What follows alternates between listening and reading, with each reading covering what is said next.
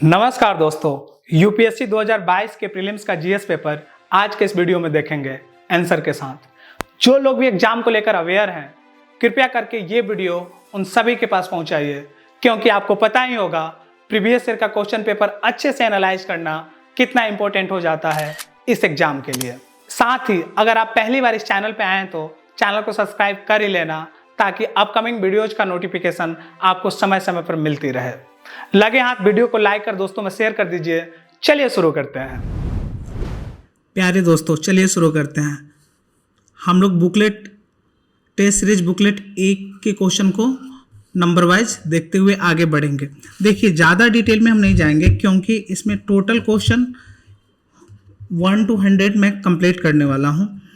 इसमें क्या होगा कि मैं ऑलरेडी पहले आपको जो करेक्ट आंसर होगा उसको मैंने गोला कर रखा है, ठीक है। तो उसको देखते हुए हम लोग आगे बढ़ेंगे। जैसे ये पहला क्वेश्चन है, इसको मैंने यहाँ पे गोला कर रखा है, ठीक है। इसी तरह मैंने हर एक क्वेश्चन का करेक्ट आंसर पहले से यहाँ पे हाईलाइट कर रखा है गोला में, ठीक है। तो हम लोग एक बार क्वेश्चन को पढ़ेंगे और उसका करेक्ट आंसर देखते हुए हम लोग रैपिडली पूरे क्वेश्चन को मगर कम समय में एक बार रिवाइज करते हुए आगे बढ़ जाएंगे।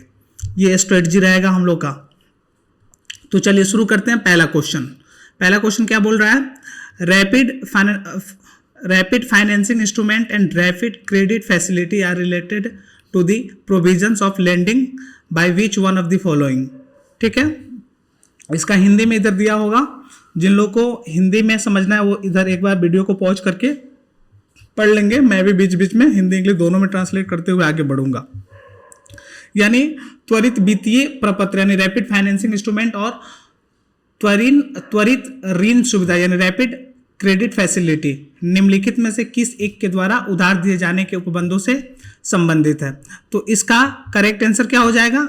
ये बी यानी अंतर्राष्ट्रीय मुद्रा कोष यानी इंटरनेशनल मॉनेटरी फंड IMF, ठीक है। चलिए अब दूसरे क्वेश्चन को देखते हैं। Question number 2, with reference to Indian economy consider the following statement, यानी भारतीय अर्थव्यवस्था के संदर्भ में यहाँ पे स्टेटमेंट जो दिया गया है 3 स्टेटमेंट, उसको कंसिडर करना है। इसको जब आप पढ़िएगा तो पता चलेगा कि इसका करेक्ट आंसर हो जाएगा बी यानी स्टेटमेंट 1 एंड स्टेटमेंट 3, ठीक है। अब आइए नेक्स्ट क्वेश्चन नंबर 3। ये भी पूछ रहा है कि with reference to Indian economy यानी भारतीय अर्थव्यवस्था के संदर्भ में यहाँ पे 3 स्टेटमेंट दिए गए हैं और आपको सही ऑप्शन बताना है। नीचे 2 ऑप्शन है 1A B C D, इसमें से करेक्ट ऑप्शन आपको चुनना है, ठीक है। आप लोग वीडियो को पॉज करके सारे स्टेटमेंट को आराम से पढ़ सकते हैं, ठीक है। इसका जो बी होगा ऑप्शन बी वो करेक्ट हो जाएगा, यानी केवल 2 और 3 इसका राइट है, यानी 2 and 3 ये दोनों करेक्ट है। नेक्स्ट क्वेश्चन देखते हैं। Question number 4, with reference to G20 common framework, ठीक है। G20 कॉमन फ्रेमवर्क के संदर्भ में यहाँ पे 2 स्टेटमेंट दिए हुए हैं और इसमें भी यही पूछ रहा है कि इसमें से कौन से सही है, यानी करेक्ट स्टेटमेंट को बताना है। इसका ऑप्शन सी करेक्ट हो जाएगा, बोथ 1 and 2 दोनों, यानी पहला स्टेटमेंट और दूसरा स्टेटमेंट दोनों स्टेटमेंट करेक्ट हो जाएंगे इस सिनारियो में। आइए नेक्स्ट क्वेश्चन नंबर 5 को देखते हैं। With reference to Indian economy what are the advantage of inflation index bonds, यानी भारतीय अर्थव्यवस्था के संदर्भ में मुद्रास्फीति संलग्न बॉन्ड के क्या लाभ है, यानी इसका एडवांटेज क्या है? तो यहाँ पे 3 स्टेटमेंट दिए हुए हैं, इसमें से आपको सही चुनना है, यानी सेलेक्ट द करेक्ट स्टेटमेंट। तो देखिए इसका ऑप्शन ए जो है वो सही होगा, यानी केवल 1 और 2, पहला स्टेटमेंट और दूसरा स्टेटमेंट इसमें सही है। आइए नेक्स्ट क्वेश्चन देख लेते हैं। क्वेश्चन नंबर 6, इसमें क्या पूछ रहा है? With reference to foreign on e-commerce firm operating in India which one of the following statement is are correct, यानी भारत में कार्य कर रही विदेशी स्वामित्व की ई वाणिज्य फर्मों के संदर्भ में निम्नलिखित कथनों में कौन से सही हैं? तो देखिए 2 स्टेटमेंट दिया हुआ है, इसका बी जो है ऑप्शन बी करेक्ट है, यानी ओनली 2 केवल 1 कथन जो सेकंड स्टेटमेंट है वो सही है। क्वेश्चन नंबर 7 देख लेते हैं। Which of the following activities constitute real sector in economy, यानी वास्तविक क्षेत्रक अर्थव्यवस्था, यानी निम्नलिखित में से कौन से कार्यकलाप अर्थव्यवस्था में वास्तविक क्षेत्रक यानी रियल सेक्टर का निर्माण करते हैं। तो देखिए इसका करेक्ट आंसर हो जाएगा ए, ऑप्शन ए, केवल 1 और 2, यानी 1 और 2, यानी किसानों का अपनी फसलें काटना और कपड़ा मिलों का कच्चे कपास को कपड़े में बदलना, कपड़ा मिलों का कच्चे कपास को कपड़े में बदलना, यानी farmer harvesting their crops, textile mills converting raw cottons into fabric. Question number 8 देख लेते हैं। Which one of the following situation best reflect indirect transfer, often talk about in media recently with reference to India, यानी अक्सर, यानी भारत के संदर्भ में हाल ही में जनसंचार माध्यमों में अक्सर चर्चित अप्रत्यक्ष अंतरण को निम्नलिखित में से कौन सी एक स्थिति सर्वोत्तम रूप से प्रतिबिंबित करती है, यानी situation based reflect. Situation based reflect आपको बताना है। सिचुएशन बेस्ड रिफ्लेक्ट सर्वोत्तम रूप से प्रतिबिंबित कौन सा करता है। देखिए यहाँ पे 4 स्टेटमेंट दिया हुआ है, इसका जो ऑप्शन डी है ये करेक्ट हो जाता है, ये वाला, यानी कोई विदेशी कंपनी शेयर अंतरित करती है और ऐसे शेयर भारत में स्थित परिसंपत्तियों से अपना वस्तुगत मूल्य व्युत्पन्न करते हैं, यानी a foreign company transfers shares and such share drives their substantial value from asset located in India.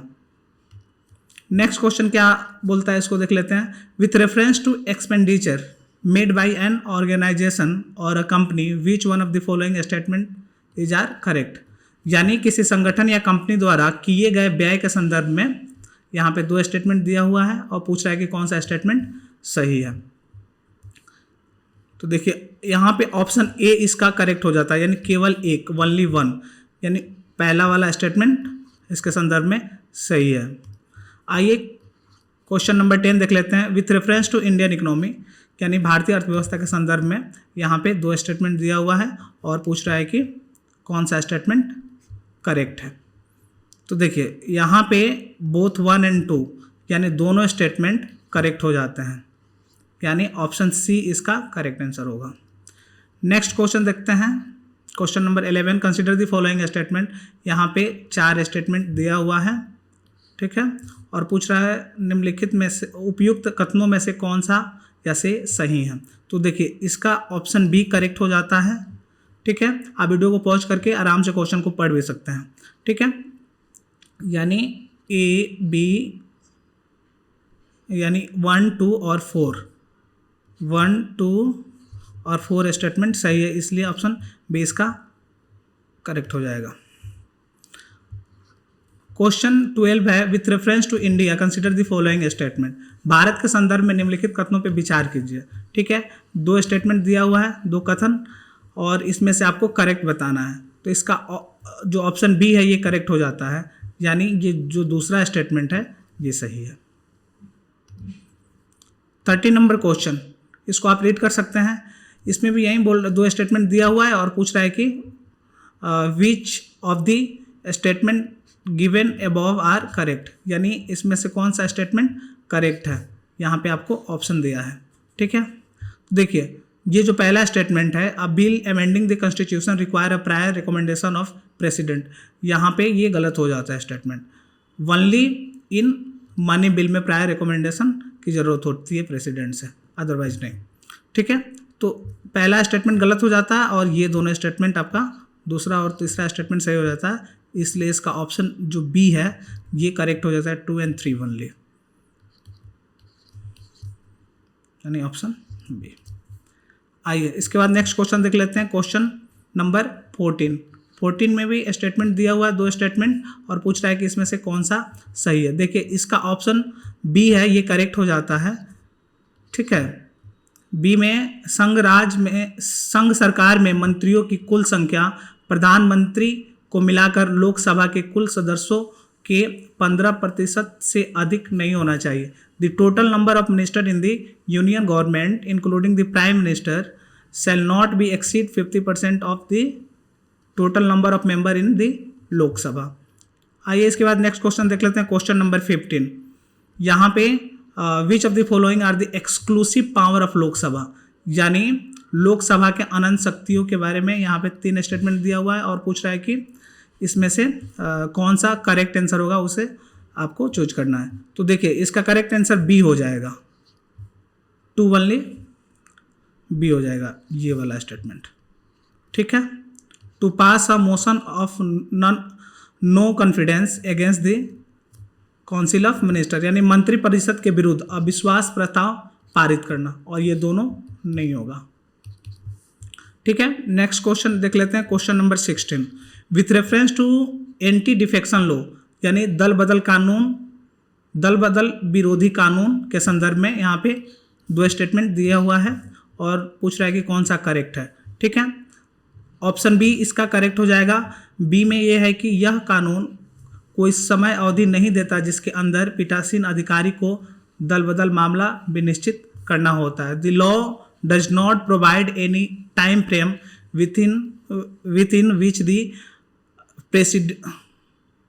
Presiding officer has to decide a defection case. Next question देख लेते हैं। Question number 17 consider the following statement, यानी 2 statement दिया हुआ है और पूछ रहा है कि इसमें से कौन सा सही है।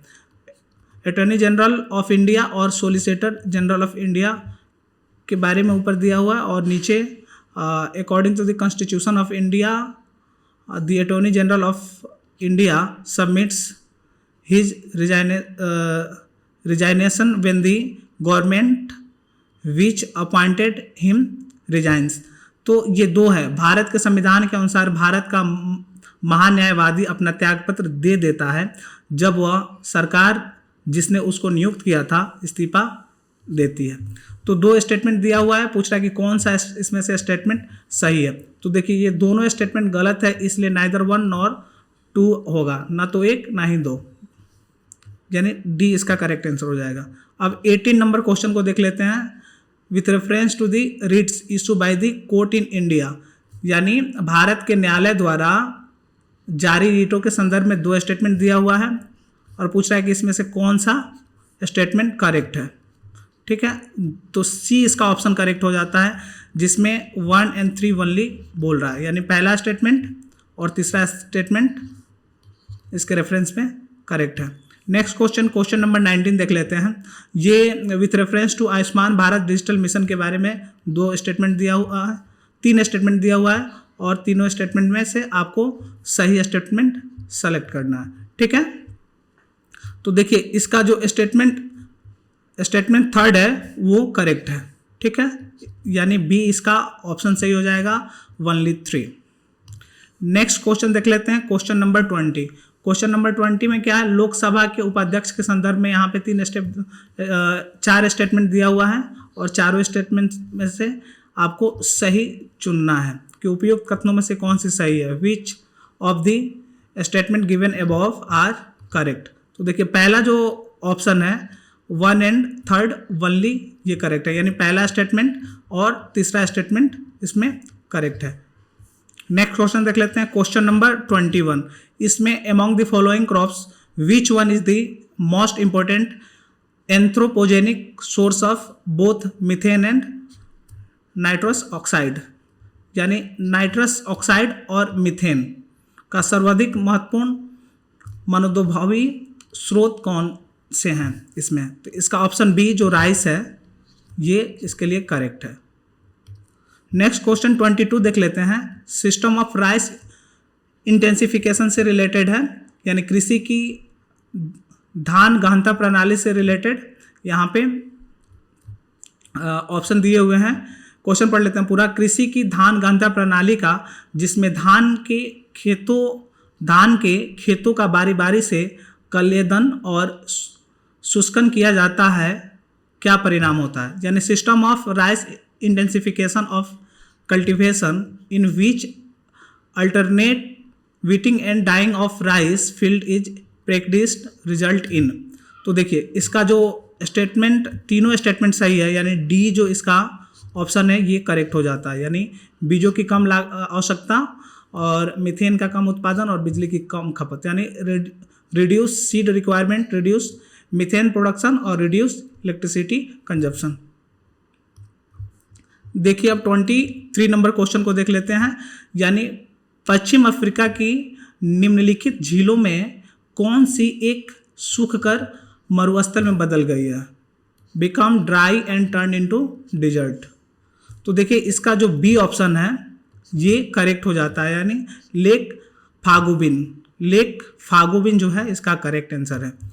अब नेक्स्ट क्वेश्चन 24 नंबर क्वेश्चन को देख लेते हैं। इसमें कि दक्षिण भारत की गंडीकोटा घाटी यानी कैनियन निम्नलिखित नदियों में से किस एक से निर्मित हुई है, यानी Gandikota canyon of south India was created by which one of the following river, यानी यहाँ पे 4 रिवर दिया हुआ है और पूछ रहा है कि इसमें से किस एक के द्वारा यह निर्मित हुई है। तो देखिए इसका ऑप्शन सी जो है वो करेक्ट हो जाता है, यानी पेन्नार। नेक्स्ट क्वेश्चन नंबर 25 को देख लेते हैं।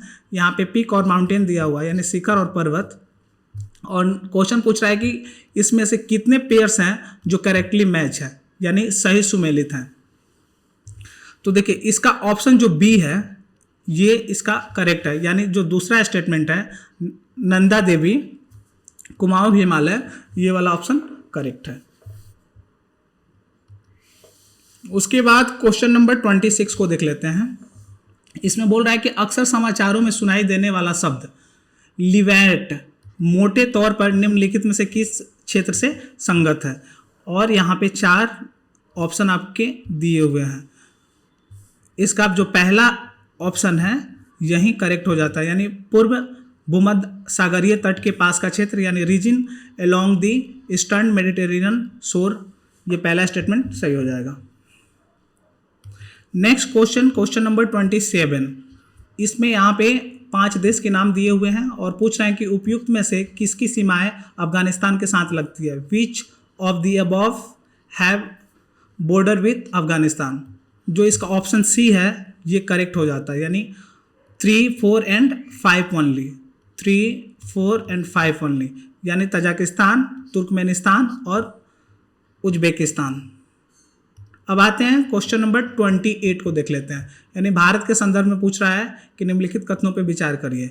यहाँ पे मोनाजाइट दुर्लभ मृदाओं का स्रोत है, मोनाजाइट में थोरियम होता है, भारत की समस्त तटवर्तीय बालुकाओं में मोनाजाइट प्राकृतिक रूप से पाया जाता है, और लास्ट है कि भारत में केवल सरकारी निकाय ही मोनाजाइट संसाधित या निर्यात कर सकती है, यानी 4 स्टेटमेंट दिया हुआ है और बोल रहा है कि which of the statement given above are correct. तो इसका जो बी ऑप्शन है ये करेक्ट हो जाता है, यानी 1, 3 और 4 ओनली, यानी पहला स्टेटमेंट, दूसरा स्टेटमेंट और चौथा स्टेटमेंट सही है इसके लिए।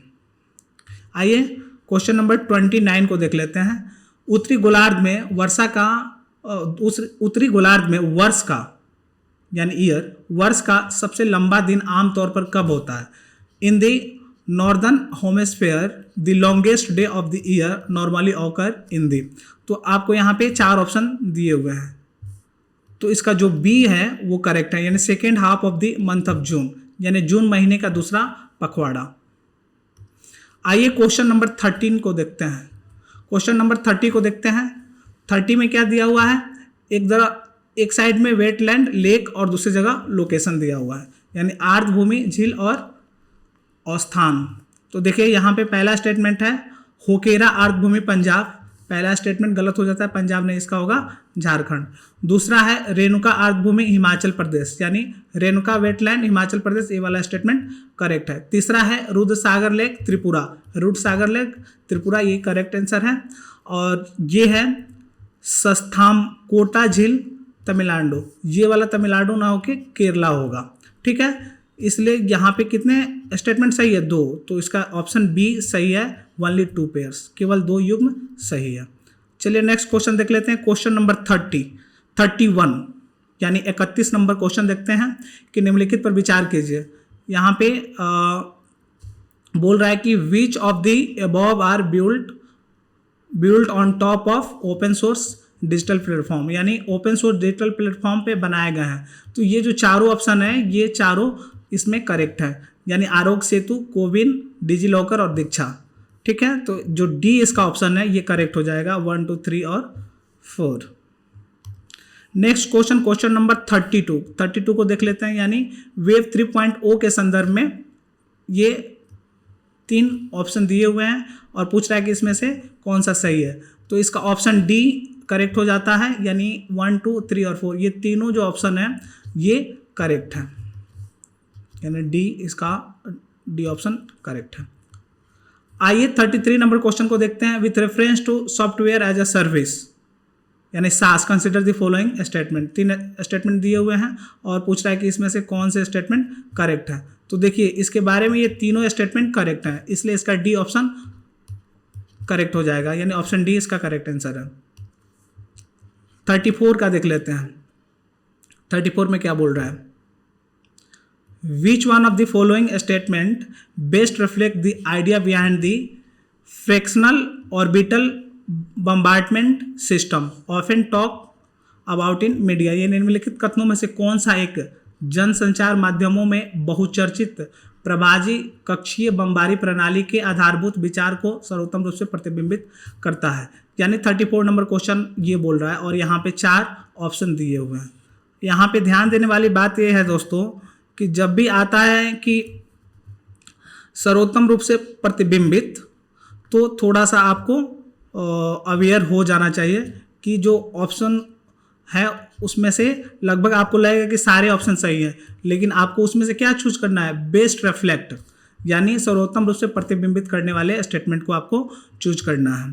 तो आपका आंसर हो जाएगा ऑप्शन सी, यानी कोई मिसाइल पृथ्वी के परितः किसी स्थिर कक्षा में स्थापित किया जाता है और वह पृथ्वी पर किसी लक्ष्य के ऊपर कक्षा को त्यागता है, यानी a missile input into a stable orbit around the earth and D orbits over a target on the अर्थ, यानी ऑप्शन सी इसका करेक्ट आंसर हो जाएगा। नेक्स्ट क्वेश्चन देखते हैं, क्वेश्चन नंबर 35 में क्या बोल रहा है कि क्यूबिट शब्द का उल्लेख निम्नलिखित में से कौन से एक प्रसंग में होता है? यानी which of the following is the context in which the term orbit qubit is mentioned. तो इसका राइट आंसर क्या हो जाएगा? ये जो ऑप्शन बी है इसके लिए करेक्ट आंसर हो जाएगा, यानी क्वांटम संगणन, यानी क्वांटम कंप्यूटिंग इसके लिए सही ऑप्शन हो जाएगा। नेक्स्ट क्वेश्चन नंबर 36 को देखते हैं। इसमें भी यहाँ पे consider the following communication technology के बारे में यहाँ पे दिया हुआ है।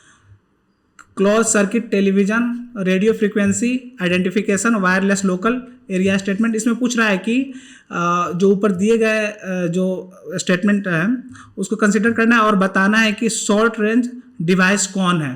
Which of the above are considered short range device या टेक्नोलॉजी। तो देखिए डी जो इसका आंसर है करेक्ट है, यानी तीनों जो ऑप्शन है पहला, दूसरा और तीसरा तीनों लघु परास युक्ति या प्रौद्योगिकियां मानी जाती है, तो इसका डी आंसर करेक्ट हो जाएगा।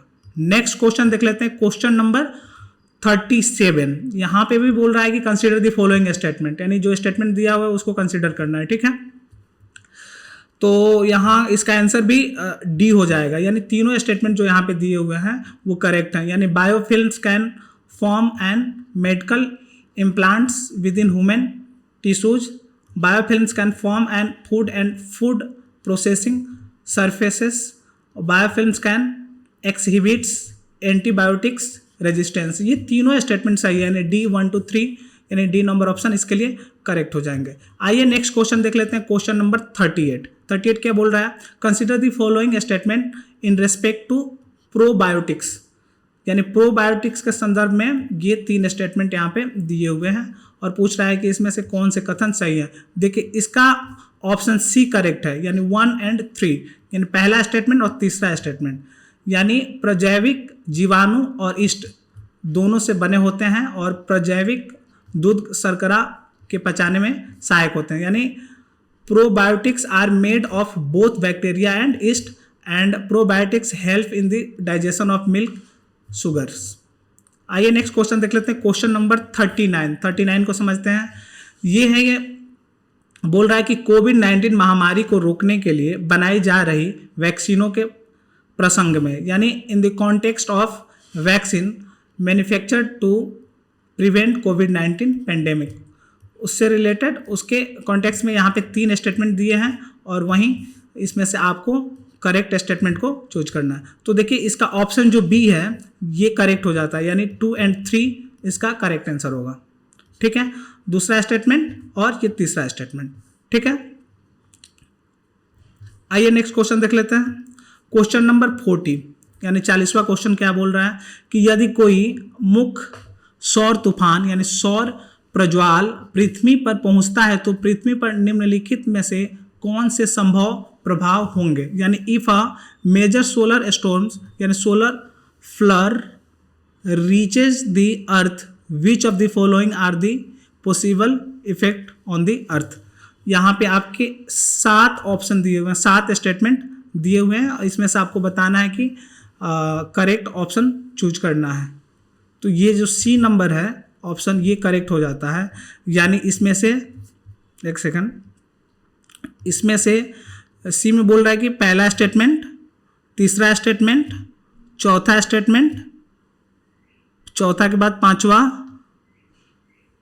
6ठा और 7वां, यानी दूसरा स्टेटमेंट को छोड़कर सारे स्टेटमेंट सही हो जाएंगे। यानी इसको छोड़कर बाकी सारे स्टेटमेंट इसके लिए सही हो जाएंगे, यानी केवल 2, 3, 4, 5 और 7 यानी स्टेटमेंट ये ऑप्शन सी इसके लिए करेक्ट हो जाएगा। नेक्स्ट क्वेश्चन देखते हैं, क्वेश्चन नंबर 41 41वां क्वेश्चन देखते हैं। क्लाइमेट एक्शन ट्रैकर यानी जलवायु कार्रवाई ट्रैकर जो विभिन्न देशों के उत्सर्जन अपचयन के लिए दिए गए वचनों की निगरानी करता है क्या है। यानी जलवायु कार्रवाई ट्रैकर यानी क्लाइमेट एक्शन ट्रैकर क्या है उसके बारे में यहाँ पे 4 स्टेटमेंट दिए हुए हैं और पूछ रहा है कि इसमें से कौन सा आंसर सही है।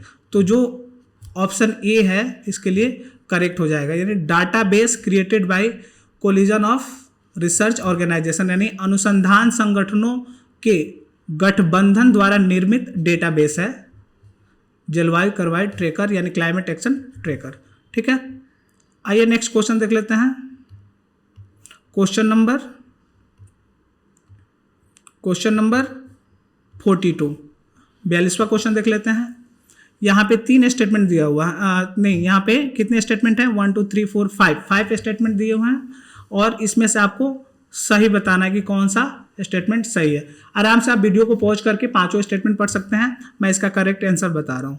इसका जो बी ऑप्शन है ये करेक्ट है, यानी केवल 1, 3 और 4 जो ऑप्शन है ये करेक्ट है। 1, 3 और 4 1, 3 और 4 करेक्ट है, यानी बी इसका करेक्ट आंसर हो जाएगा। आइए नेक्स्ट क्वेश्चन देखते हैं, क्वेश्चन नंबर 43 में क्या पूछ रहा है इसको देखते हैं। यहाँ पे बोल रहा है कि if rain forest and tropical forest are the lungs of the earth then surely wetlands function as its kidney. Which one of the following functions of wetland best reflect the above statement. फिर यहाँ पे क्या बोल रहा है, best reflect the best reflect which one of the best reflect the which one of the following function of wetland best reflect the following best reflect the above statement। यानी जो कथन दिए गए हैं उसको सर्वोत्तम रूप से प्रतिबिंबित कौन सा स्टेटमेंट कर रहा है। ठीक है, यहाँ पे हिंदी में इसको आपके लिए एक बार पढ़ दे रहा हूँ। यदि वर्षा वन और उष्णकटिबंधीय वन पृथ्वी के फेफड़े हैं तो निश्चित ही आर्द्र भूमियाँ इसके गुर्दे की तरह काम करती है, ये है। और इसके बेस पे आपको बताना है ये 4 स्टेटमेंट में से कौन सा स्टेटमेंट इसके लिए बेस्ट रिफ्लेक्ट कर रहा है, यानी वेटलैंड के बारे में। तो देखिए इसका स्टेटमेंट जो डी है ये बेस्ट रिफ्लेक्ट यहाँ पे कर रहा है। आराम से आप वीडियो को पॉज करके इसको पढ़ सकते हैं। यानी aquatic plants observe heavy metals and excess nutrients, यानी जलीय पादप भारी धातुओं और पोषकों के अधिक को अवशोषित कर लेते हैं, यानी डी इसका करेक्ट आंसर हो जाएगा। आइए नेक्स्ट क्वेश्चन देखते हैं, क्वेश्चन नंबर 44 यानी 44 नंबर क्वेश्चन देखते हैं। WHO के जलवायु गुणवत्ता निर्देशों यानी एयर क्वालिटी गाइडलाइंस के बारे में यहाँ पे 4 स्टेटमेंट दिया हुआ है और उसमें से आपको सही कौन सा है स्टेटमेंट उसको चूज करना है। ठीक है, ये आपके ABCD 4 ऑप्शन है। इसका जो B ऑप्शन है यानी केवल 1 और 4 करेक्ट है, यानी पहला स्टेटमेंट और चौथा स्टेटमेंट इसमें सही है। देखिए यहाँ पे तीसरे स्टेटमेंट आप देखिएगा PM10 है, अगर PM 2.5 होता तो ये स्टेटमेंट सही होता, लेकिन यहाँ पे क्या है 10 है, इसलिए ये गलत हो जाएगा। यानी केवल इसमें पहला और चौथा सही है, इसलिए इसका B जो है B वाला ऑप्शन करेक्ट हो जाता है। अब 45 नंबर क्वेश्चन को देख लेते हैं। कभी कभी समाचारों में उल्लेखित गुच्छी यानी गुच्छी के संदर्भ में यहाँ पे स्टेटमेंट दिया हुआ है और बोल रहा है कि इसमें से कौन सा सही है।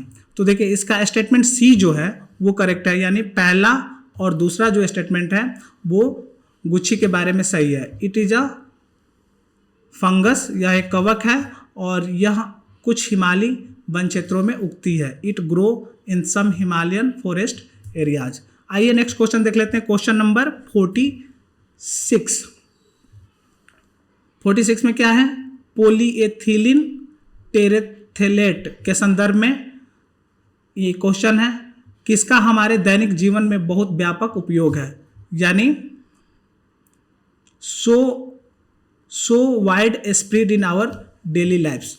और आपके यहाँ पे 4 ऑप्शन दिए हुए हैं, 4 स्टेटमेंट दिए हुए हैं, उसमें से आपको करेक्ट स्टेटमेंट को चुनना है। तो देखिए इसका राइट आंसर हो जाएगा ऑप्शन जो ए है ये राइट है, यानी पहला और तीसरा स्टेटमेंट इसके लिए करेक्ट है। पहला और तीसरा स्टेटमेंट इसके लिए करेक्ट है, यानी इसके तंतुओं को ऊन और कपास के तंतुओं के साथ उसके गुण धर्मों को प्रबलित करते हुए सम्मिश्रित किया जा सकता है। यानी यहाँ पे इंग्लिश में इट्स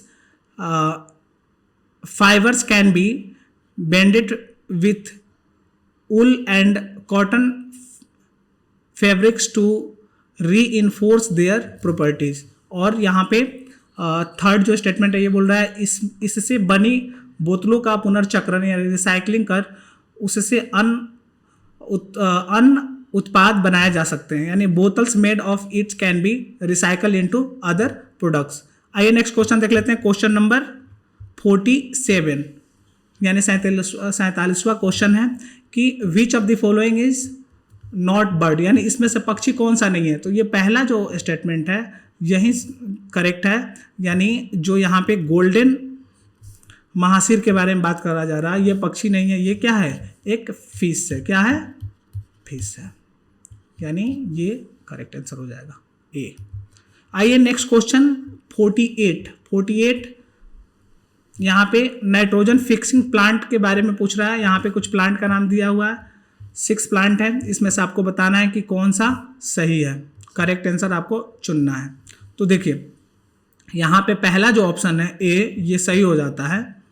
इसमें क्या है 1, 3 और 4 ओनली, यानी पहला, तीसरा और जो चौथा प्लांट है ये नाइट्रोजन यौगिकरण यानी नाइट्रोजन फिक्सिंग प्लांट है। पहला क्या है अल्फाल्फा चना यानी चीपी, और ये है तिपतिया घास यानी क्लोवर। ये वाला स्टेटमेंट आपका सही है, यानी ए इसका करेक्ट आंसर हो जाएगा। आइए 49 क्वेश्चन देख लेते हैं। ये बायोरॉक टेक्नोलॉजी से रिलेटेड बात कर रहा है कि biorock technology is talk about in which one of the following situation, यानी जैव सेल प्रौद्योगिकी यानी बायोरॉक टेक्नोलॉजी की बातें होती है।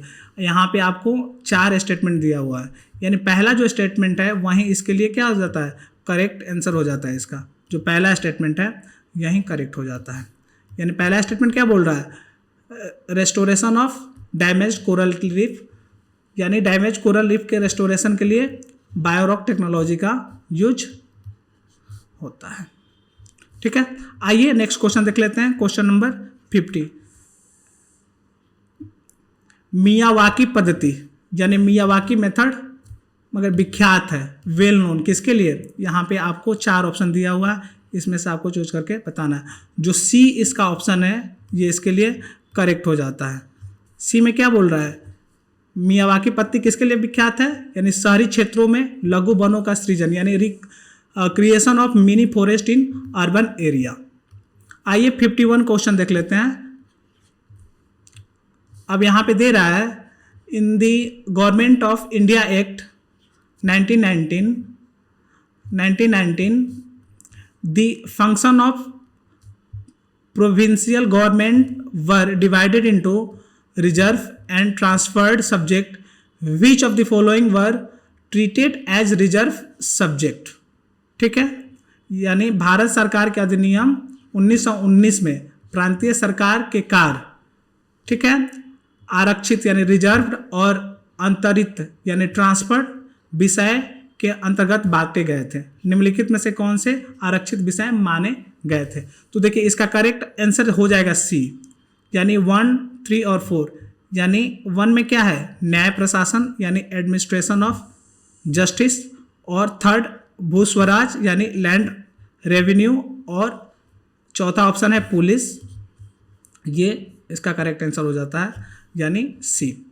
आइए नेक्स्ट क्वेश्चन देख लेते हैं। क्वेश्चन नंबर 52, 52 नंबर क्वेश्चन है।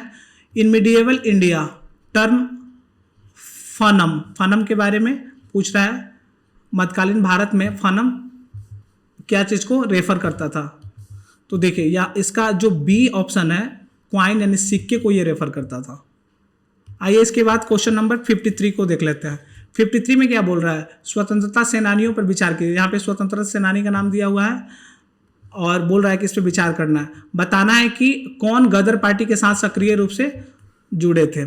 ठीक है, तो इसका जो डी है ऑप्शन डी करेक्ट हो जाता है, ओनली 3 यानी रास बिहारी बोस। ठीक है, आइए इसके बाद नेक्स्ट क्वेश्चन देख लेते हैं। क्वेश्चन नंबर 54, 54 नंबर क्वेश्चन है ये।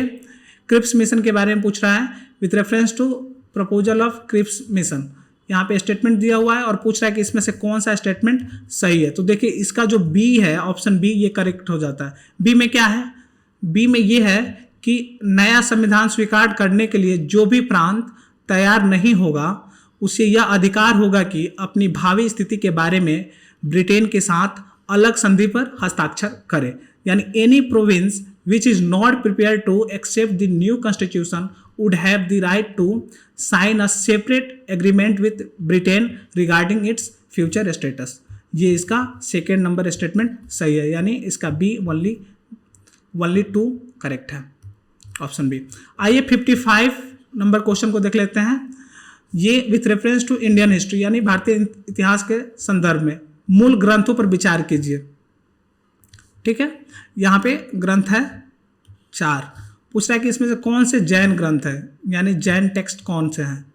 तो देखिए इसका करेक्ट आंसर बी है, यानी 2 और 4 ओनली, यानी दूसरा और चौथा, ये वाला ऑप्शन करेक्ट है। इसके बाद आते हैं नेक्स्ट क्वेश्चन 56 नंबर क्वेश्चन पे।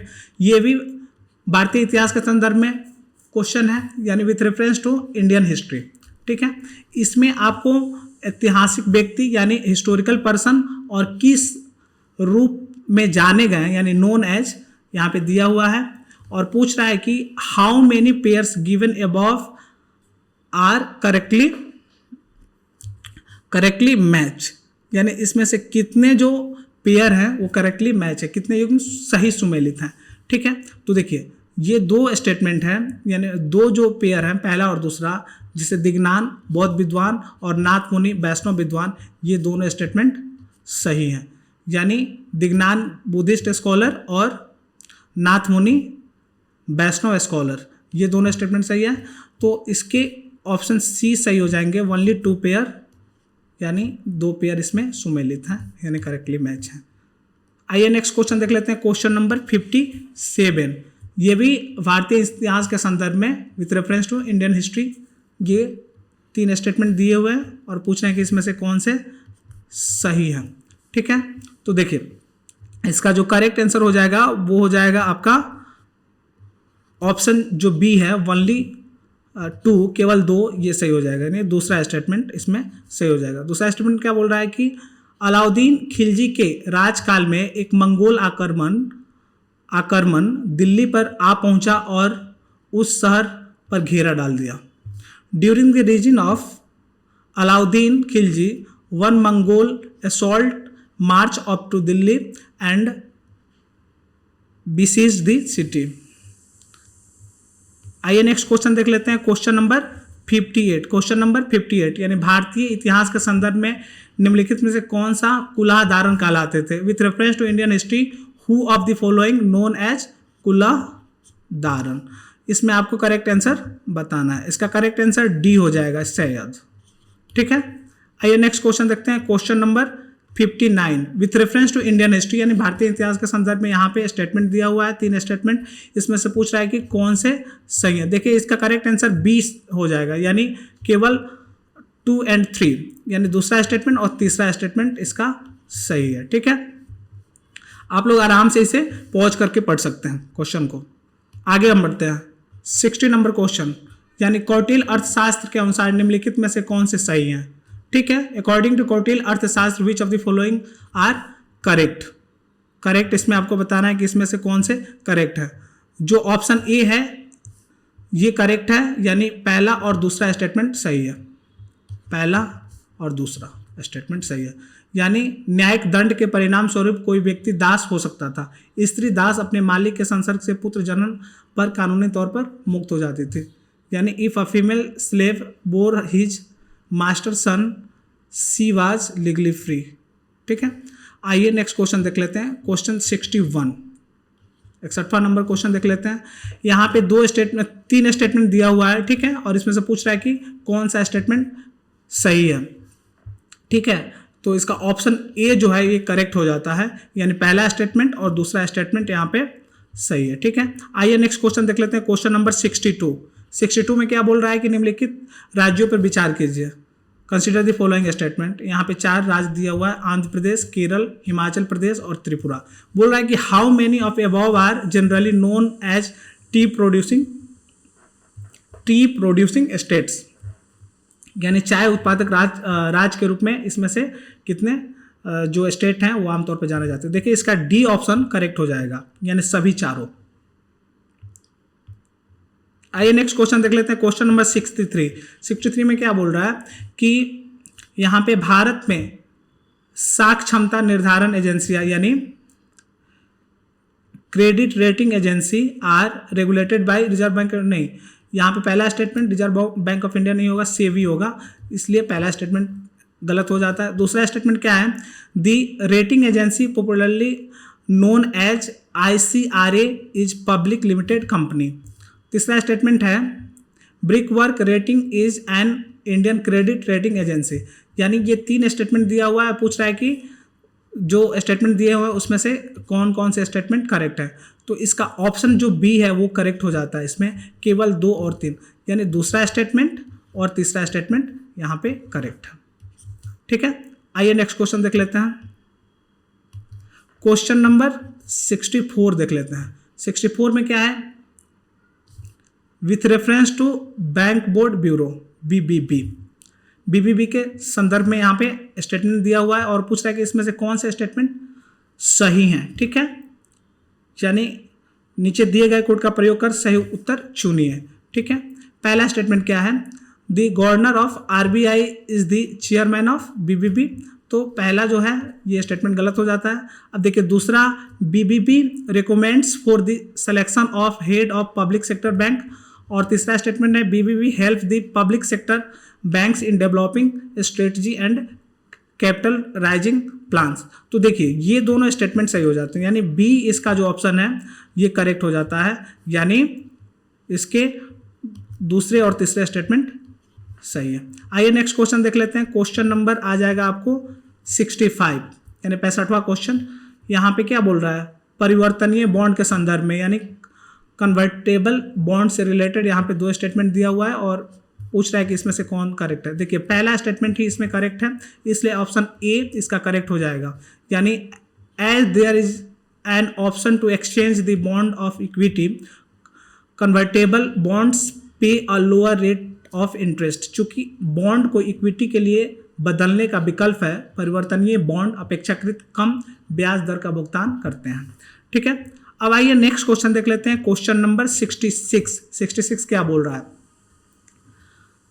यहाँ पे 3 इंस्टीट्यूट के बारे में बताया है और पूछ रहा है कि भारत उपयुक्त में से किसका सदस्य है, यानी India is member of which of the above, यानी इसमें से किसका मेंबर भारत है।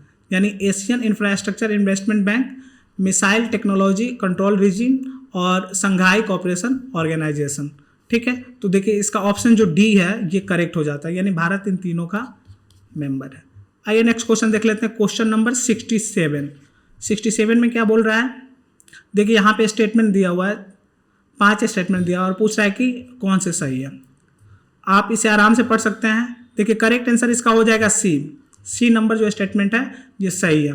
यानी सी में क्या बोल रहा है, ऑप्शन सी में क्या है 1, 3 एंड 4, यानी पहला स्टेटमेंट, तीसरा स्टेटमेंट और ये चौथा स्टेटमेंट सही है। पहला, तीसरा और चौथा स्टेटमेंट इसके लिए सही है, यानी सी इसका करेक्ट आंसर हो जाएगा। आइए नेक्स्ट क्वेश्चन देख लेते हैं। क्वेश्चन नंबर 68 क्या बोल रहा है। भारत में निम्नलिखित में कौन मुद्रास्फीति को नियंत्रित कर कीमत स्थिरता बनाए रखने के लिए उत्तरदायी है। यानी इन India which one of the following is responsible for maintaining price stability by controlling inflation. तो देखिए यहाँ पे 4 ऑप्शन है, इसमें से ए बी सी डी, इसमें से आपको बताना है कि कौन क्या है मेंटेन करता है प्राइस स्टेबिलिटी को।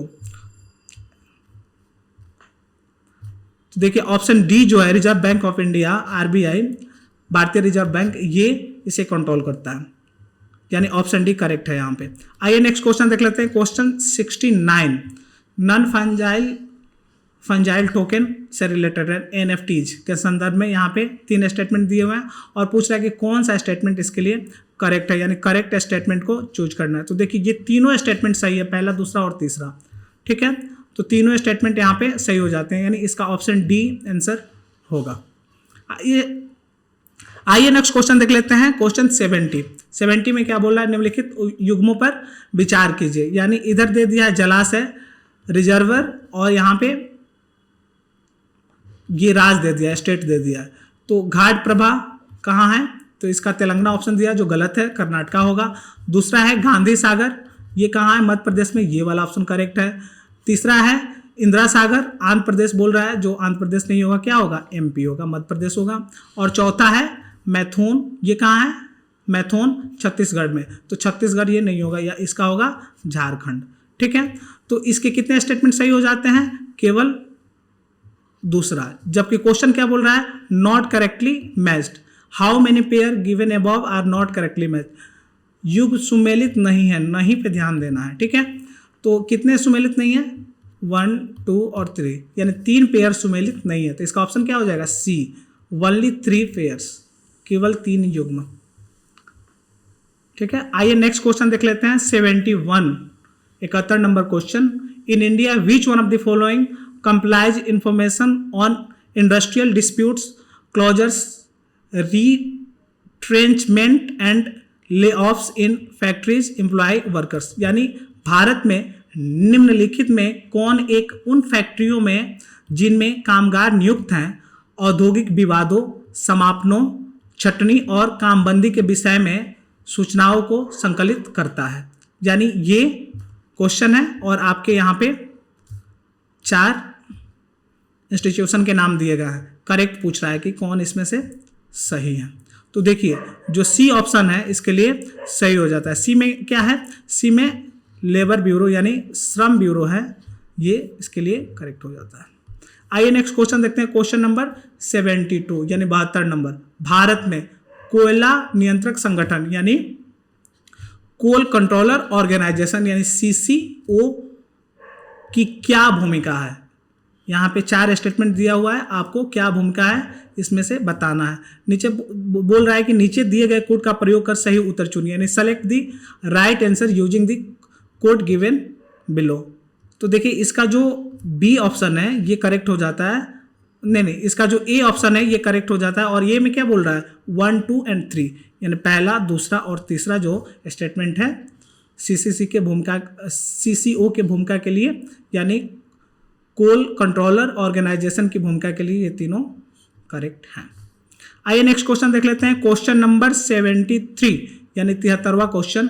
यदि किसी विशिष्ट क्षेत्र को भारत के संविधान की 5वीं अनुसूची के अधीन लाया जाए तो निम्नलिखित कथनों में कौन सा एक इसके परिणाम को सर्वोत्तम रूप से प्रतिबिंबित करता है। फिर यहाँ पे क्या आ गया, सर्वोत्तम रूप से प्रतिबिंबित करने का मामला आ गया है यहाँ पे, यानी best reflect of consequences of it if a particular area is brought under the 5th schedule of the Constitution of India, which one of the following statement is best reflect the consequences of it।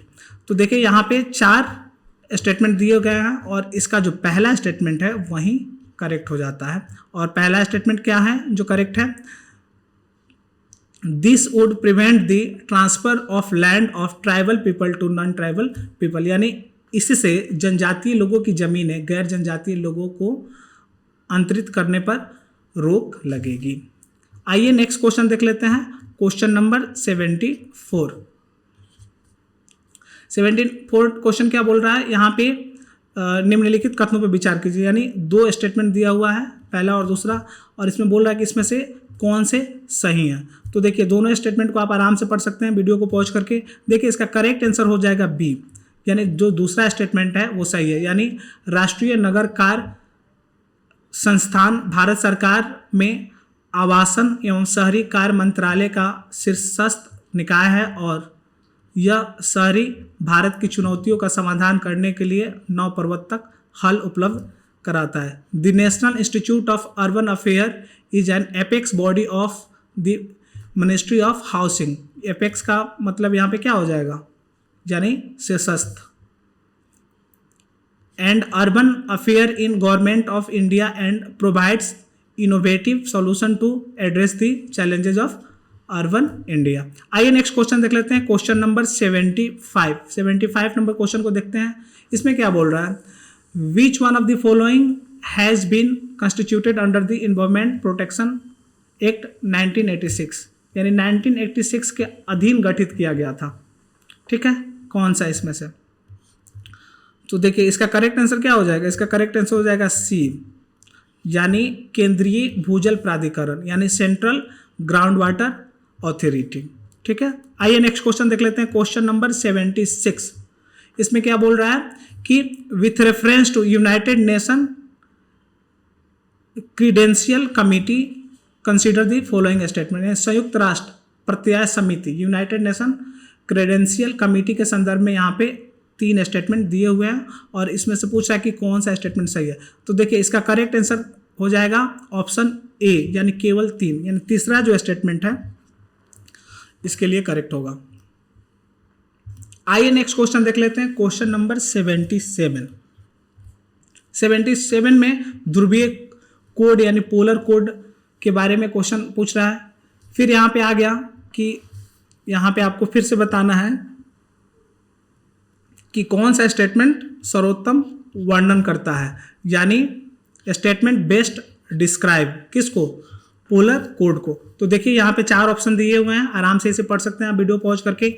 इसका correct answer मैं बता दे रहा हूँ, इसका correct answer आपको दिख ही रहा होगा, गोला यानी स्टेटमेंट फर्स्ट, पहला जो ए जो है इसका करेक्ट है, यानी ध्रुवीय जलराशियों में परिचालन कर रहे जहाज़ों के लिए यह सुरक्षा का अंतर्राष्ट्रीय कोड है। It is the international code of safety for ship operating in polar waters. आइए नेक्स्ट क्वेश्चन देख लेते हैं। क्वेश्चन नंबर 78 इसमें पूछ रहा है कि संयुक्त राष्ट्र महासभा के संदर्भ में, यानी यूनाइटेड नेशन जनरल असेंबली से रिलेटेड यहाँ पे स्टेटमेंट दिया हुआ है, 3 स्टेटमेंट दिए हुए हैं और पूछा है कि उपयुक्त कथनों में से कौन से सही हैं, which of the statement given above are correct.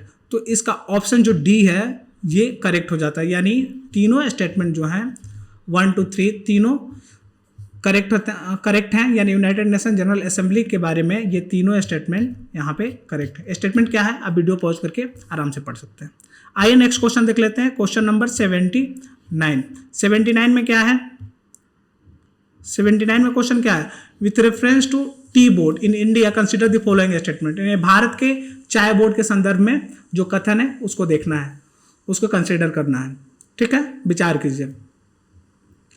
तो यहाँ पे 4 स्टेटमेंट दिए हुए हैं और पूछ रहा है कि इसमें से कौन सा स्टेटमेंट सही है, यानी सही स्टेटमेंट आपको चुनना है। तो सही स्टेटमेंट कौन सा है, डी वाला जो है, डी वाला जो ऑप्शन है वो करेक्ट है, यानी पहला और चौथा स्टेटमेंट भारत में चाय बोर्ड के संदर्भ में सही है, यानी करेक्ट स्टेटमेंट है, ठीक है, पहला और चौथा। आइए इसके बाद नेक्स्ट क्वेश्चन देख लेते हैं, क्वेश्चन नंबर 80, ठीक है। Which one of the following best describe the term green washing. अब देखिए यहाँ पे जो ग्रीन वॉशिंग शब्द है उसको सर्वोत्तम रूप से वर्णन कौन करता है। देखिए यहाँ पे जितने स्टेटमेंट दिए हुए हैं वो कुछ ना कुछ ग्रीन वॉशिंग के बारे में ही बोल रहे होंगे, लेकिन आपको क्या बताना है, बेस्ट डिस्क्राइब कौन कर रहा है, यानी सर्वोत्तम वर्णन कौन कर रहा है ये चारों स्टेटमेंट में। तो देखिए इसका आंसर हो जाएगा, जैसे आपको दिख ही रहा होगा, ए वाला, ए ऑप्शन जो है ये करेक्ट है। ए क्या बोल रहा है, यानी ग्रीन वॉशिंग के बारे में मिथ्या रूप से यह प्रभाव व्यक्त करना कि कंपनी के उत्पाद पारिस्थितिक अनुकूली यानी इको फ्रेंडली और पर्यावरणीय रूप से उपयुक्त हैं, यानी conveying a false impression that a company product are eco friendly and environmentally sound, यानी ये जो डिफिनेशन है ग्रीन वॉशिंग के लिए क्या हो जाएगा, बेस्ट डिस्क्राइब है। आइए नेक्स्ट क्वेश्चन देख लेते हैं, क्वेश्चन नंबर 80 में क्या पूछ रहा है, यहाँ पे स्टेटमेंट दिया हुआ है, 2 स्टेटमेंट दिया हुआ है और पूछ रहा है कि दोनों स्टेटमेंट से कौन सा सही है, ठीक है। पहला स्टेटमेंट क्या है, उच्च मेघ मुख्यतः सौर विकिरणों को परिवर्तित कर भूपृष्ठ को ठंडा करते हैं। भूपृष्ठ से उत्सर्जित होने वाली अवरक्त विकिरणों के निम्न मेघ में उच्च अवशोषण होता है और इससे तापन प्रभाव होता है। दोनों स्टेटमेंट यहाँ पे गलत हो जाएंगे, ठीक है, दोनों स्टेटमेंट गलत है। तो जो ऑप्शन आपको करेक्ट चूज करने के लिए बोल रहा है, तो जो डी नंबर ऑप्शन है, नाइदर 1 नॉर 2, ये वाला डी वाला ऑप्शन आपका करेक्ट हो जाएगा। आइए 82 नंबर क्वेश्चन देखते हैं, 42वां क्वेश्चन देखते हैं। यहाँ पे भी 3 स्टेटमेंट दिया हुआ है और पूछ रहा है कि इसमें से कौन सा स्टेटमेंट करेक्ट है, ठीक है। तो देखिए इसका करेक्ट आंसर हो जाएगा आपको जो बी है, सी वाला ऑप्शन है, यानी 2 और 3 ये करेक्ट हो जाएगा, यानी दूसरा और तीसरा स्टेटमेंट करेक्ट हो जाएगा। यानी दक्षिण सूडान गृह युद्ध से पलायन किए हुए कुछ लोग बीडीबीडी में रहते हैं। सोमालिया के गृह युद्ध से पलायन किए हुए कुछ लोग केन्या के ददाब शरणार्थी संकुल में रहते हैं, ठीक है। Some people who fled from civil war in Somalia live in Dadaab refugee complex in Kenya. तो इसका दूसरा और तीसरा स्टेटमेंट इसके लिए सही है, इसलिए इसका ऑप्शन सी जो है करेक्ट है। आइए नेक्स्ट क्वेश्चन देख लेते हैं,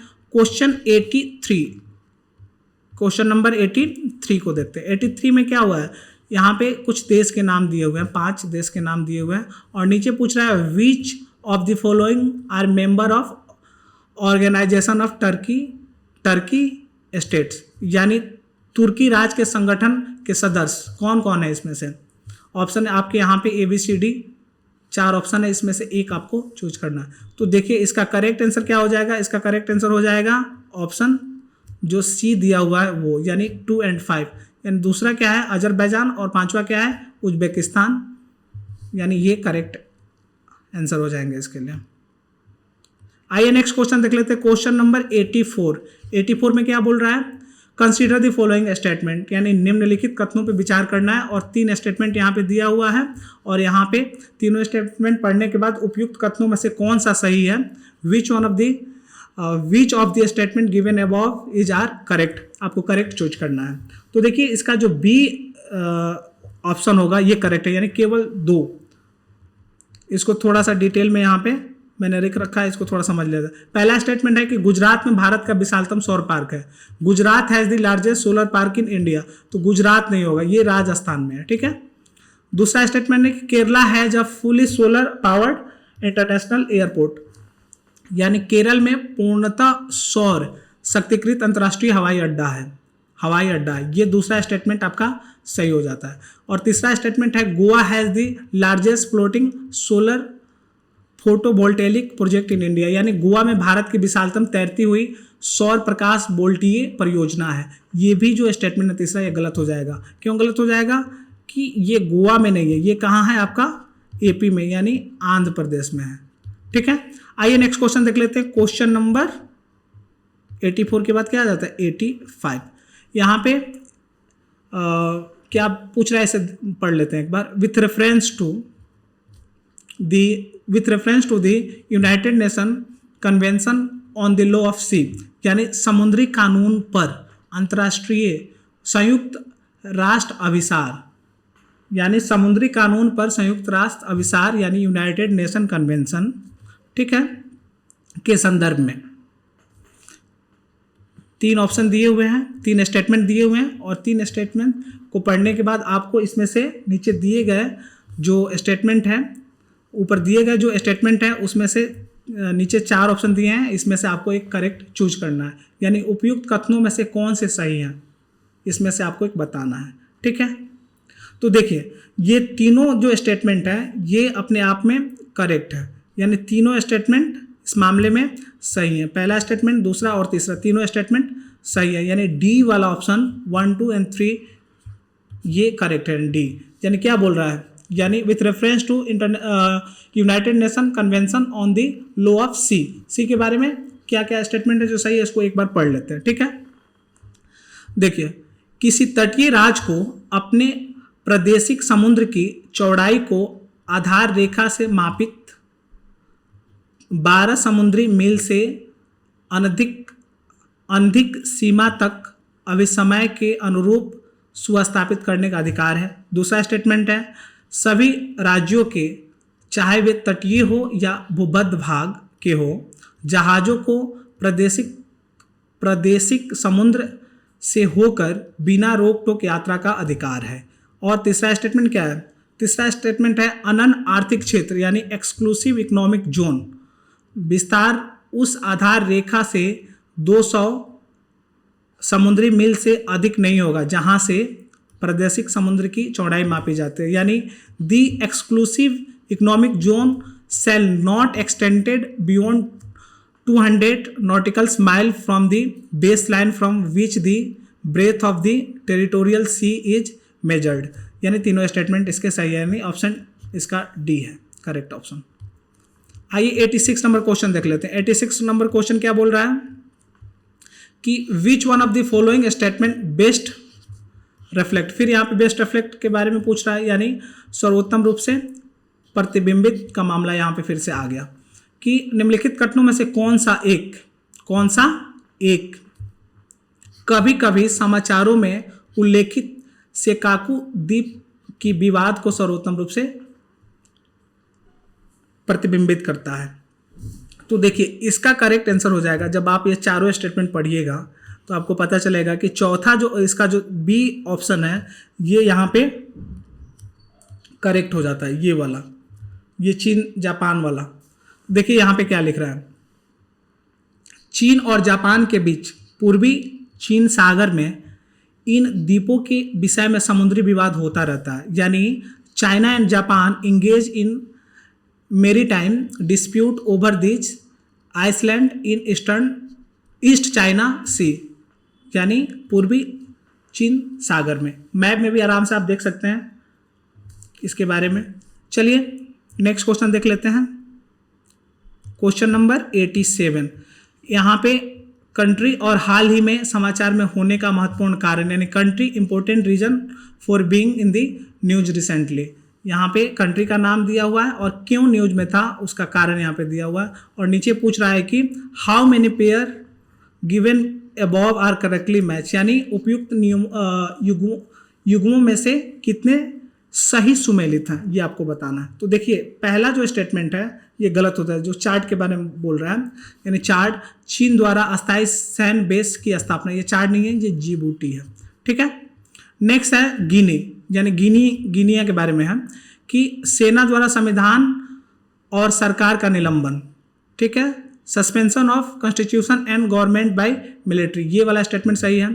दूसरा है लेबनान के बारे में, गंभीर और लंबे समय की आर्थिक मंदी, यानी severe and prolonged economic depression, ये भी स्टेटमेंट सही है। और तीसरा है ट्यूनेशिया के बारे में, यानी राष्ट्रपति द्वारा संसद का निलंबन, यानी suspension of parliament by president. तो यहाँ पे ये जो तीनों स्टेटमेंट है, दूसरा तीसरा और चौथा ये सही है। तो इसमें पूछ रहा है कि कितने युग्म सुमेलित हैं, तो 3, ओनली 3 पेयर्स, यानी सी इसका करेक्ट आंसर हो जाएगा। ठीक है, आइए नेक्स्ट क्वेश्चन पर चलते हैं। क्वेश्चन 88 क्या बोल रहा है, निम्नलिखित युग्मों पर विचार कीजिए। एक साइड में है अक्सर समाचार में उल्लेखित क्षेत्र, यानी region often mention in the news, इधर कंट्री का नाम दिया हुआ है, तुर्की, इथोपिया, स्पेन और इटली। तुर्की के बारे में क्या है, अनातोलिया, तुर्की अनातोलिया। ठीक है, और यहाँ पे इथोपिया के बारे में दिया है अम्हारा। तो देखिए ये पहला और जो दूसरा स्टेटमेंट है ये दोनों सही हैं, लेकिन जो तीसरा है जो काबो डिगाडो के बारे में है, काबो डिगाडो के बारे में है, जो स्पेन बोल रहा है, ये गलत हो जाएगा, स्पेन नहीं होगा, ये होगा मोजाम्बिक। और जो चौथा स्टेटमेंट है कातालोनिया,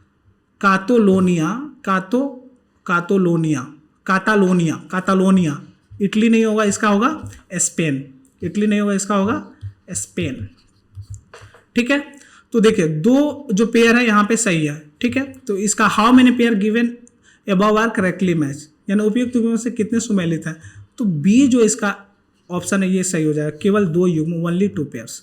ठीक है, आइए नेक्स्ट क्वेश्चन देख लेते हैं। 89 क्वेश्चन, यानी 89 क्वेश्चन में क्या बोल रहा है, with reference to Indian law about wild life protection consider the following statements, यानी वन जीव संरक्षण के बारे में भारतीय विधियों के संदर्भ में निम्नलिखित कथनों पे विचार कीजिए। ठीक है, तो यहाँ पे 3 स्टेटमेंट है, पूछ रहा है कि तीनों स्टेटमेंट में से कौन सा स्टेटमेंट जो है वो करेक्ट है। तो इसका देखिए, इसका जो ऑप्शन ए है जिसमें बोल रहा है कि 1 और 2, ये वाला ऑप्शन सही है, यानी पहला स्टेटमेंट और दूसरा स्टेटमेंट। पहला स्टेटमेंट क्या बोल रहा है, वन जीव एकमात्र सरकार की संपत्ति, और दूसरा जब किसी वन जीव को संरक्षित घोषित किया जाता है तो यह जीव चाहे संरक्षित क्षेत्र में हो या उससे बाहर समान संरक्षण का हकदार है। यानी पहला स्टेटमेंट क्या बोला, wild animal are the sole property of the government, और दूसरा statement when a wild animal is declared protected such animal is entitled for equal protection whether it is found in protection area or outside। ठीक है, आइए इसके बाद next question देख लेते हैं, क्वेश्चन नंबर 90। ठीक है, ये क्वेश्चन क्या बोल रहा है कि निम्नलिखित में से किस एक जीव की कुछ प्रजातियां कवकों के कृषकों के रूप में जानी जाती है, यानी certain species of which one of the following organism are well known as cultivators of fungi. तो देखिए इसका पहला स्टेटमेंट क्या है, मगर पहला ऑप्शन क्या है, एंट, पहला ऑप्शन ही सही हो जाता है, चींटी जो है ये सही ऑप्शन है। आइए 91 जो क्वेश्चन नंबर 91 देख लेते हैं। 91 में क्या है, अशोक के प्रमुख शिलालेखों, यानी site of Ashoka major rock edicts, और वह स्थान जिस राज्य में है, यानी location in the state of. तो यहाँ पे 4 शिलालेख और वो किस राज्य में है, यहाँ पे राज्य का नाम जैसे धौली उड़ीसा, एलरगुडी आंध्र प्रदेश, जौगढ़ मध्य प्रदेश, कालसी कर्नाटक। तो देखिए इसमें से कितने सही हैं और कितने गलत हैं देख लेते हैं। तो देखिए पहला जो ऑप्शन है धौला उड़ीसा, ये करेक्ट है।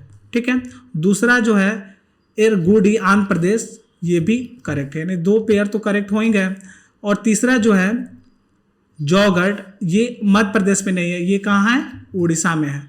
और जो चौथा है कालसी, ये कर्नाटक में नहीं होके उत्तराखंड में है। ठीक है, तो how many pairs given above all correct, तो यहाँ पे होगा इसका आंसर बी, यानी केवल 2 युग्म, केवल 2 पेयर्स।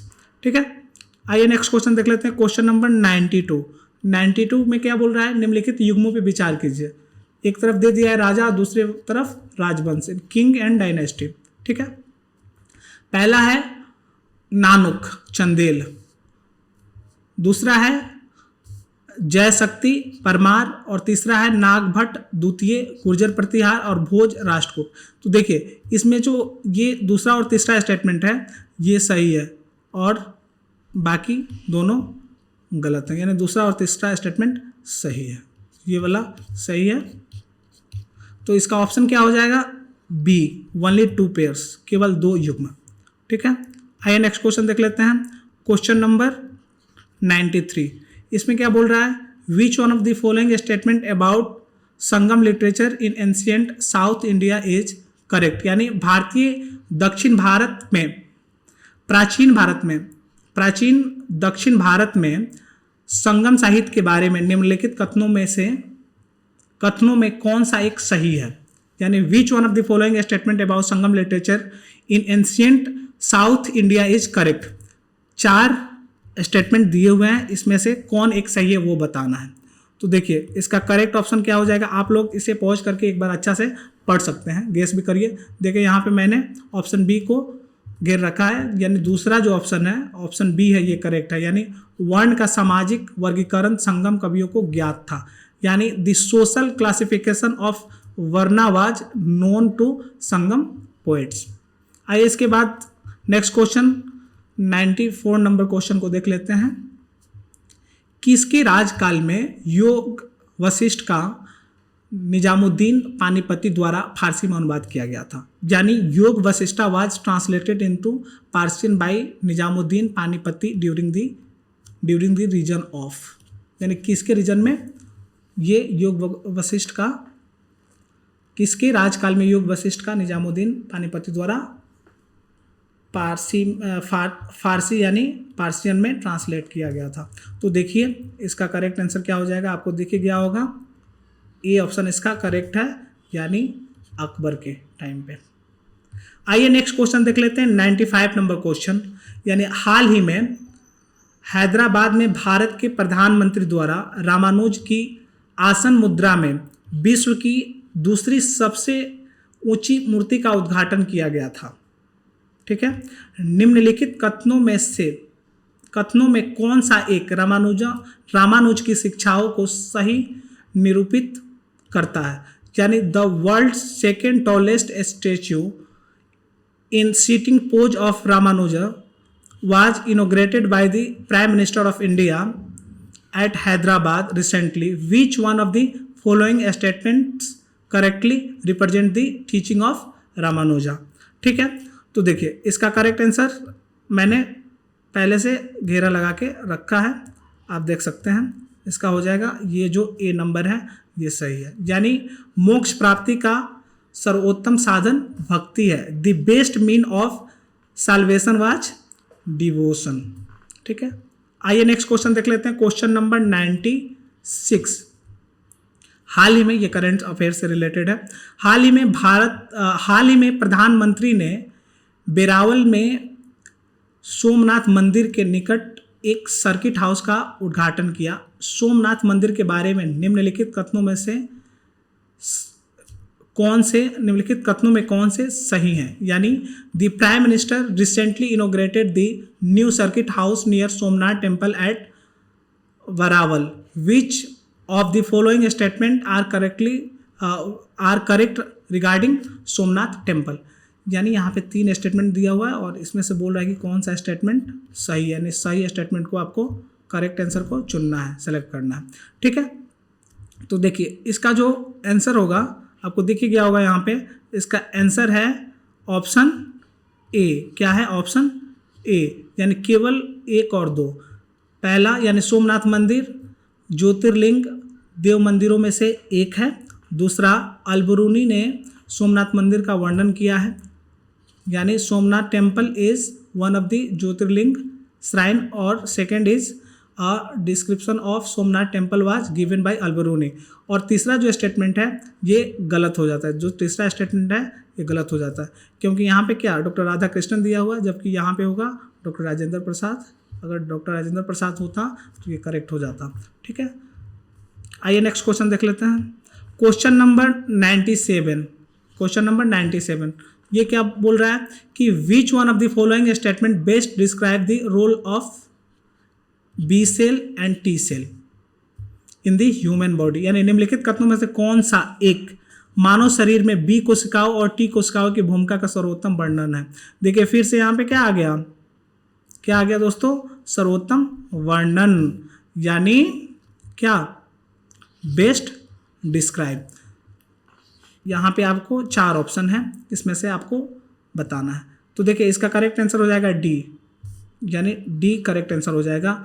वे शरीर को रोगजनकों द्वारा होने वाले रोगों से बचाती है, यानी they protect the body from the diseases cause by pathogens. आइए नेक्स्ट क्वेश्चन देख लेते हैं, क्वेश्चन नंबर 98। ठीक है, निम्नलिखित कथनों पे विचार कीजिए। यहाँ पे 3 ऑप्शन दिए हुए हैं, 3 स्टेटमेंट दिए हुए हैं, और यहाँ पे आपको 1 2 ABCD 4 ऑप्शन है। इसमें से पूछ रहा है कि कौन सा ऑप्शन जो है, कौन सा स्टेटमेंट जो है सही है। Which of the statement given above are correct. तो देखिए इसका जो डी ऑप्शन है, डी 2 और 3 करेक्ट है। दूसरा और तीसरा स्टेटमेंट यहाँ पे करेक्ट है। इसे हम लोग पढ़ के भी देख सकते हैं क्या है एक बार, क्योंकि आखिर तक आएंगे हम।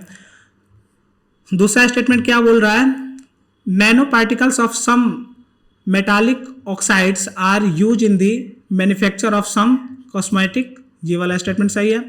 और तीसरा है कि nano particles of some commercial product which entered in the environment are unsafe for human, यानी कुछ वाणिज्य उत्पादों के पारा सूक्ष्म कण जो पर्यावरण में आ सकते हैं मनुष्यों के लिए असुरक्षित है। यानी दूसरा और तीसरा स्टेटमेंट यहाँ पे सही है, यानी डी इसका करेक्ट आंसर हो जाएगा। आइए सेकेंड लास्ट क्वेश्चन यानी 99 नंबर, क्वेश्चन नंबर 99 को देख लेते हैं। क्वेश्चन नंबर 99 को देख लेते हैं। यहाँ पे consider the following statement, DNA barcoding can be a tool to, यानी डीएनए बारकोडिंग किसका उपसाधन हो सकता है, ये पूछ रहा है। तो यहाँ पे 3 स्टेटमेंट दिए हुए हैं और यहाँ पे आपको 4 ऑप्शन है, इसमें से चूज करना है एक। ठीक है, तो देखिए इसका करेक्ट आंसर ऑप्शन, सही ऑप्शन क्या हो जाएगा, डी। डी जो है वो करेक्ट है, यानी दूसरा और तीसरा स्टेटमेंट सही है इसके बारे में, यानी डीएनए बारकोडिंग के बारे में। क्या है कि समान दिखाई देने वाले प्रजातियों के बीच भिन्नता जानने के लिए, यानी distinguish among species that looks alike. और थर्ड स्टेटमेंट क्या है, थर्ड स्टेटमेंट है प्रसंस्कृत खाद्य पदार्थों में अवांछित प्राणी या पादप सामग्री को पहचानने के लिए, यानी आइडेंटिफाई अनडिजायरेबल एनिमल और plant material in proceed food, यानी डी इसका करेक्ट आंसर हो जाएगा। आइए लास्ट क्वेश्चन देखते हैं, क्वेश्चन नंबर 100, यानी निम्नलिखित पर विचार कीजिए, यानी कंसीडर द फॉलोइंग। ठीक है, और यहाँ पे बोल रहा है कि वातावरण में उपयुक्त में से किसकी या किनकी अधिकता होने से अम्ल वर्षा होती है।